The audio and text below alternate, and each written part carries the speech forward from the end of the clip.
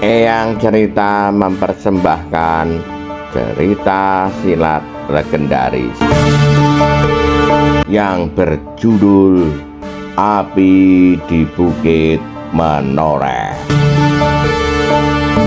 Cerita fiksi ini berlatar belakang berdirinya Kerajaan Mataram. Selamat membaca dan mendengarkan. Bagaimana sahabat sedayu semuanya, Eyang doakan semuanya dalam keadaan sehat dan dilancarkan rezekinya. Mari kita dengarkan cerita silat legendaris. Api di Bukit Menoreh. Episode 37 Bab 2. Sejenak desakan pasukan Sidanti agak tertahan. Tetapi sejenak kemudian Samekta pun segera merasakan bahwa tekanan pasukan lawan itu benar-benar tidak dapat dibendung lagi. Pasukannya datang ketika pasukan yang terdahulu sudah hampir tidak berdaya sama sekali, sehingga seakan-akan pasukan yang baru itu sajalah yang kini harus bertempur melawan seluruh kekuatan Sidanti. Samekta itu menggeram, ketika ia mendengar jerit seseorang di dekatnya. Sebatang tombak telah menembus dadanya, menyusup di antara tulang-tulang rusuknya meraba jantung. Perlawanan ini tidak dapat dipertahankan, berkata Samekta di dalam hatinya, kami akan ditumpasnya seperti batang ilalang yang disapu angin pusaran yang dahsyat. Tiba-tiba Samekta mengambil sesuatu keputusan yang berbahaya, tetapi yang paling mungkin dilakukan. Selagi pasukannya masih cukup segar, maka diperintahkannya seseorang untuk segera menghubungi Urahasta, sampaikan kepadanya, pasukan akan mundur sampai ke induk padukuhan Menoreh. Ungsikan sedapat mungkin semua penghuninya. Kami akan bertahan bergabung dengan pasukan Urahasta. Itu yang paling mungkin kami lakukan, karena Urahasta tidak akan dapat meninggalkan halaman menurut perintah Ki Gede. Setidak-tidaknya, kami akan bertempur di padukuhan induk. Dengan demikian kami akan mendapat banyak bantuan daripadanya. Penghubung itu pun segera meninggalkan medan, langsung menemui Urahasta di halaman rumah Ki Argapati. Wajah Urahasta segera menjadi tegang dan menyala. Katanya, jadi pasukan Menoreh tidak mampu menahan arus kekuatan Sidanti. Penghubung itu menggeleng. Urahasta berdiri tegang di tempatnya. Ia dapat mengerti cara berpikir Samekta meskipun itu suatu permainan yang sangat berbahaya. Namun seandainya tidak demikian, dan pasukan Samekta itu tertumpas habis, maka Sidanti pun pasti akan berhasil merebut rumah Ki Argapati ini. Karena itu, memang tidak ada jalan lain daripada menarik pasukan itu dan bergabung dengan pengawal rumah kepala tanah perdikan Menoreh. Mereka tidak akan menunggu pasukan Sidanti memasuki halaman, tetapi mereka akan menyongsong mereka di ujung padukuhan. Maka Urahasta pun kemudian menggeram, sampaikan kepada Paman Samekta, pasukanku akan menunggu di ujung padukuhan. Penghubung itu tidak menunggu apapun lagi. Segera ia meloncat berlari kembali ke medan. Sementara Urahasta berusaha untuk menyingkirkan perempuan dan anak-anak meninggalkan padukuhan induk, ke padukuhan yang dianggapnya aman. Dengan Samekta dan pasukan-pasukan yang lain telah dibuat kesepakatan, bahwa apabila terpaksa, mereka memang harus menempatkan keluarga mereka di padukuhan tersebut. Bahkan dalam keadaan serupa itu, kemungkinan yang paling pahit pun harus dipikirkan.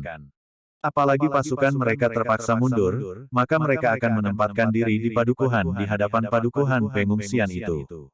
Dan Urahasta pun harus menyiapkan penghubung-penghubung untuk keperluan tersebut. Sebab ia tidak akan dapat menghindarkan diri dari kenyataan, sesuai dengan laporan penghubung yang datang dari medan di sebelah timur. Dengan susah payah penghubung yang telah berhasil menemui Urahasta itu dapat melaporkan hasilnya kepada Samekta, meskipun ia harus menembus perang yang semakin sengit berkobar di medan itu. Dan Samekta pun tidak menunggu lebih lama lagi. Ia tidak dapat membiarkan orang-orangnya menjadi semakin parah. Karena itulah, maka segera ia memerintahkan penghubung-penghubungnya menyampaikan perintahnya ke segenap kelompok dan bahkan ke segenap orang, supaya di antara mereka tidak ada yang tertinggal, untuk menarik diri sampai ke ujung padukuhan induk.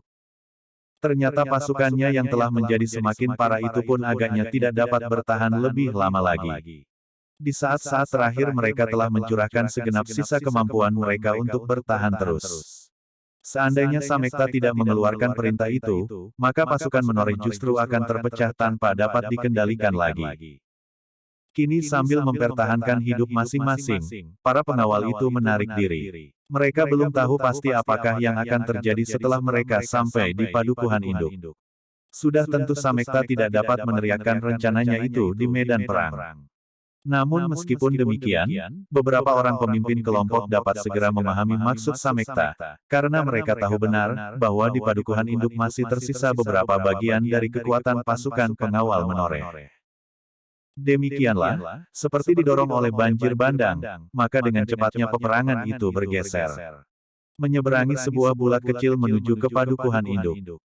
Sidanti dan Argajaya memang memperhitungkan juga, bahwa di Padukuhan Induk itu pasti masih ada kekuatan yang akan dapat membantu pasukan menoreh. Tetapi mereka yakin, bahwa kekuatannya sudah tidak akan dapat dibendung lagi. Kekuatan menoreh yang telah dihancurkannya sedikit demi sedikit, karena siasatnya yang berhasil, tidak akan mampu menghimpun diri dalam waktu yang terlampau pendek. Dengan demikian, mereka sudah memastikan bahwa malam ini rumah kepala tanah perdikan menoreh akan jatuh ke tangan mereka. Kita tinggal mengatur bagaimana kita harus mempertahankan Padukuhan Induk itu untuk seterusnya, berkata Sidanti di dalam hatinya. Sementara itu, medan yang bergeser itu pun semakin lama menjadi semakin dekat dengan Padukuhan Induk. Dentang senjata, pekik sorak, dan keluhan yang tertahan, mewarnai malam yang semakin dalam. Di kejauhan masih juga terdengar satu-satu suara kentongan. Namun telah kehilangan gairah dan bahkan seakan-akan menjadi ngelangut, seperti nada-nada tembang dalam keputusasaan. Dan ternyata bahwa suara titir yang ngelangut itu telah mempengaruhi medan di sebelah barat. Sepeninggal Samekta, pasukan menoreh telah dilanda oleh kegelisahan yang dahsyat. Kalau semula mereka hampir berhasil menguasai keadaan, maka semakin lama harapan itu pun menjadi semakin tipis. Pengaruh suara tetir yang seolah-olah meneriakkan pedih yang menyengat jantung tanah perdikan menoreh, agaknya membuat para pengawal itu kini menjadi cemas. Mereka justru mencemaskan nasib kawan-kawan mereka di medan sebelah timur daripada memikirkan nasib mereka sendiri. Meskipun demikian, para pengawal tanah perdikan menoreh masih tetap dalam keadaan yang cukup baik. Orang-orang Pedasura masih belum mampu untuk merubah keadaan terlampau banyak. Meskipun kini mereka tidak terlampau tertekan, namun mereka masih juga belum dapat bernafas leluasa. Namun sementara itu, suara titir yang bergema menggetarkan seluruh tanah perdikan menoreh itu, terdengar pula dari Pucang Kembar. Ki Argapati yang sedang bertempur antara hidup dan mati, melawan Ki Tambak Wodi, mendengar juga suara dan irama titir itu. Karena itu, maka sejenak ia terpengaruh. Beberapa kali ia terpaksa meloncat surut. "Ha?" berkata Ki Tambak Wodi sambil menyerangnya, "Kau dengar suara titir yang memekik-mekik itu? Dengarlah, bukankah suaranya seperti tangis bayi yang memanggil-manggil ibunya, karena ketakutan melihat seekor harimau yang mendekatinya sambil memperlihatkan taringnya serta kuku-kukunya yang tajam?" Argapati tidak menjawab, tetapi terdengar ia menggeram sambil memutar tombaknya. "Jangan berpura-pura Argapati. Kau harus tahu, bahwa pasukan pengawalmu saat ini sedang dilanda oleh arus pasukan Sidanti. Kalau kau masih selamat Argapati, kau akan melihat bangkai bertimbun-timbun." Argapati masih tetap membisu, tetapi senjatanya masih tetap mematuk-matuk dengan dahsyatnya. Ki Tambak Wodi melanjutkan, "Agaknya kau terlampau mementingkan dirimu sendiri. Kau sama sekali tidak berpikir tentang orang-orangmu yang sedang sekarat." Ki Tambak Wodi berhenti sejenak. Ia terpaksa menghindar jauh-jauh karena ujung tombak Argapati menyambar lambungnya. Hampir saja lambungnya itu tersobek oleh senjata lawannya. "Alangkah garangnya kau," ia melanjutkan. "Tetapi bayangkan, apakah kau yakin, bahwa Pandanwangi mampu menyelamatkan dirinya, meskipun ia seorang gadis yang garang? Kali ini jangan diharapkan Sidanti akan menolongnya lagi seperti pada saat ia hampir dibantai oleh orang-orang liar yang berdiri di pihak kami. Kau harus tahu, bahwa sudah ada kesepakatan, bahwa Sidanti tidak akan menghalang-halangi lagi siapapun yang dapat menangkap putrimu yang cantik itu untuk diperlakukan sekehendak hati." Tiba-tiba Argapati menggeram dahsyat sekali, seolah-olah udara malam tergetar karenanya. Kata-kata Ki Tambak Wodi, yang sengaja dilontarkan untuk mempengaruhi perasaan Argapati, benar-benar mencapai sasarannya. Tetapi akibatnya justru sebaliknya. Argapati tidak menjadi bingung dan kehilangan akal. Namun tiba-tiba kepala tanah perdikan menoreh itu seolah-olah berubah menjadi seperti banteng yang sedang terluka. Dan luka itu justru menambahnya menjadi lebih berbahaya.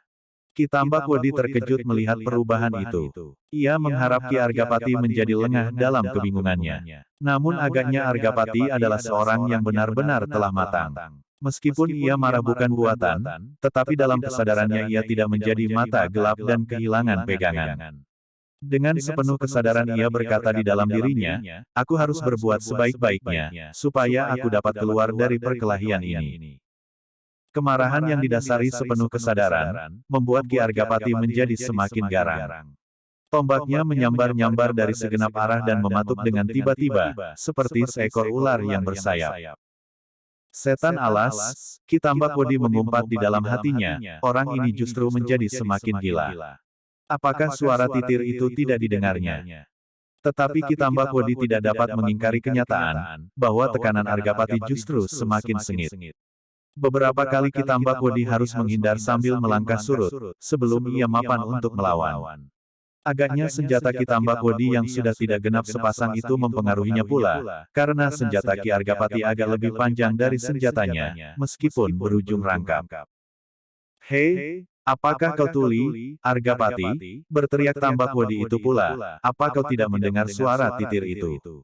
Mungkin anakmu kini telah terbunuh. Oh, itu lebih baik baginya, tetapi bagaimana kalau Pandan Wangi itu dapat ditangkap oleh orang-orang liar yang kemarin mencegatnya? Argapati masih tetap berdiam diri. Namun serangannya menjadi semakin dahsyat.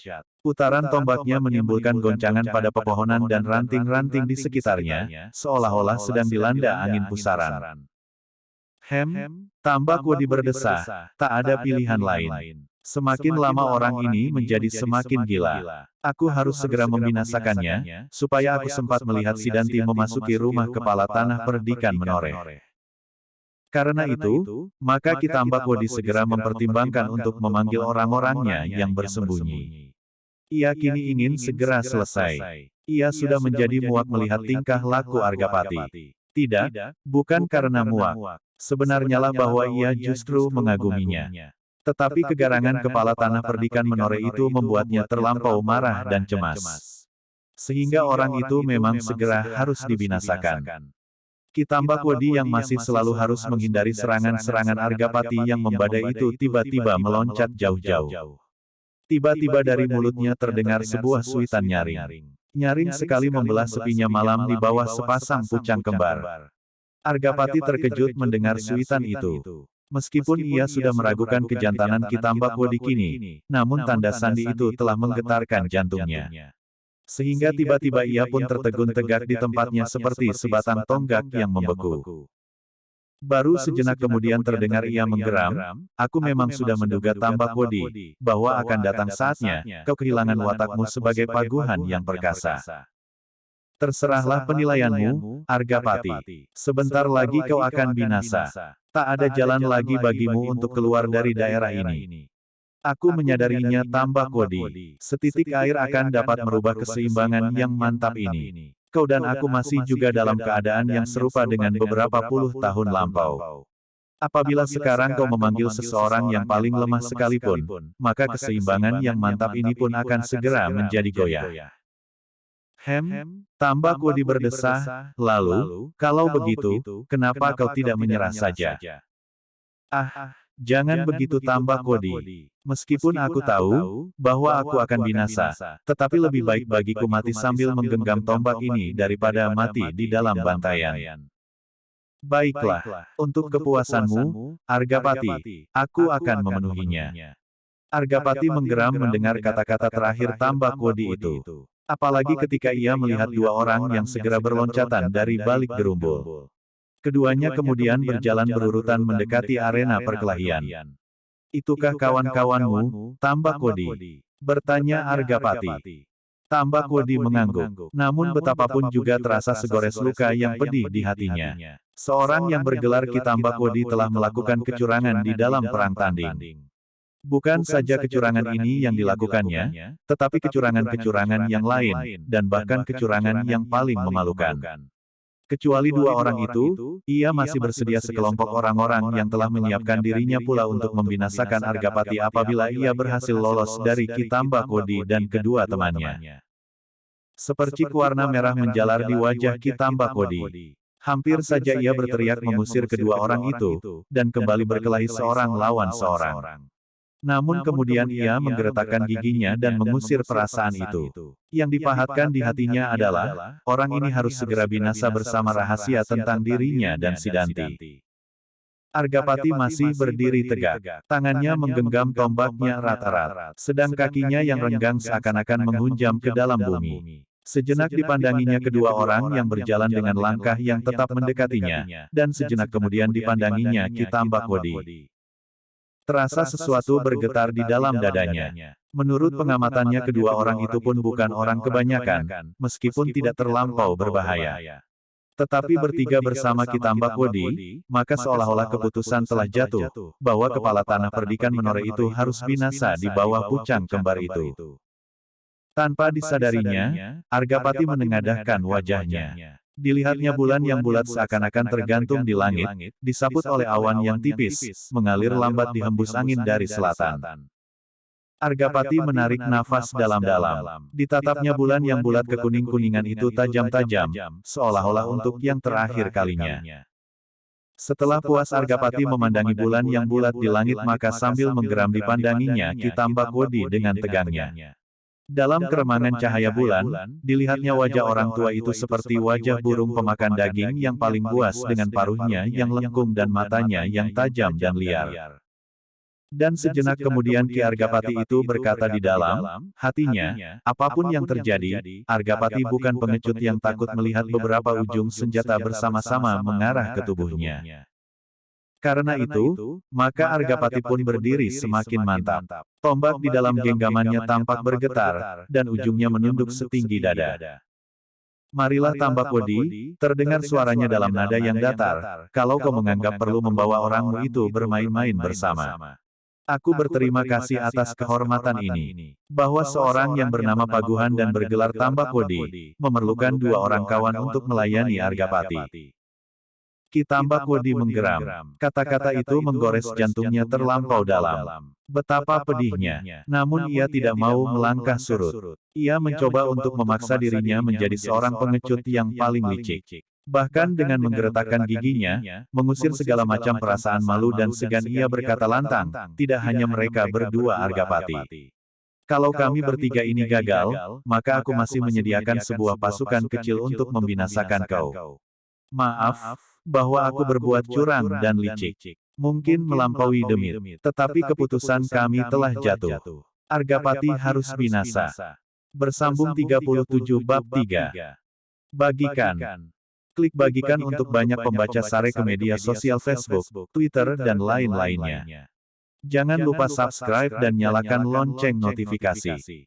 Baca jilid berikutnya. Atas perhatiannya saya ucapkan terima kasih.